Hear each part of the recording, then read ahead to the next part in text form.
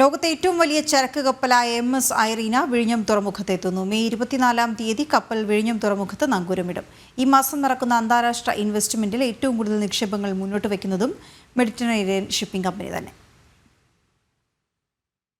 Mediterranean shipping കമ്പനിയുടെ ചരക്ക് കപ്പലായ MSC Irina 400 metre നീളം, 61 മീറ്റർ വീതി, ഡ്രാഫ്റ്റ് ചെയ്യുന്ന ആഴം 15.4 മീറ്റർ.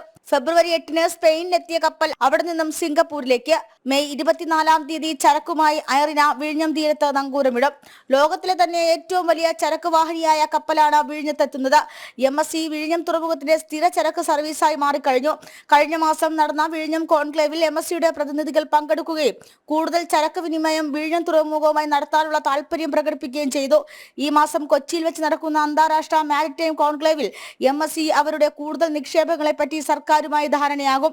ഖരചരക്ക് വിനിമയത്തിന് പുറമെ ദ്രവ്യചരക്ക് വിനിമയവും വിഴിഞ്ഞം തുറമുഖത്തിലൂടെ നടത്താനാണ് തീരുമാനം. അതേസമയം വിഴിഞ്ഞം അന്താരാഷ്ട്ര തുറമുഖത്തിനോട് അടുത്ത് ചരക്ക് കപ്പലിന്റെ ഏറ്റവും ആഴം കൂടിയ ഡ്രാഫ്റ്റിംഗും നടന്നു കഴിഞ്ഞു. MSCയുടെ തന്നെ കാർമലിറ്റിയാണ് തീരത്ത് ഡ്രാഫ്റ്റ് ചെയ്തത്. ഇന്ത്യൻ തുറമുഖങ്ങളിലെത്തിയ ഏറ്റവും ഡ്രാഫ്റ്റ് കൂടിയ കപ്പലാണ് MSC കാർമലിറ്റ. ജനം, തിരുവനന്തപുരം.